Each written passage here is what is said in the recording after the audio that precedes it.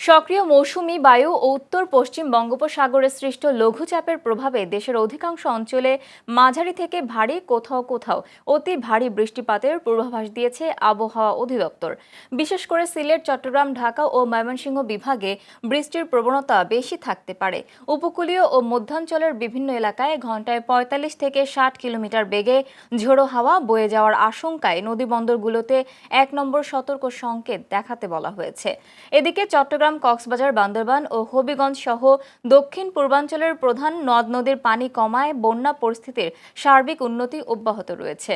তবে ব্রহ্মপুত্র যমুনা অববাহিকায় পানি বাড়তে থাকায় কুড়িগ্রাম, গাইবান্ধা, জামালপুর ও সিরাজগঞ্জের নিম্নাঞ্চলে নতুন করে প্লাবনের আশঙ্কা তৈরি হয়েছে।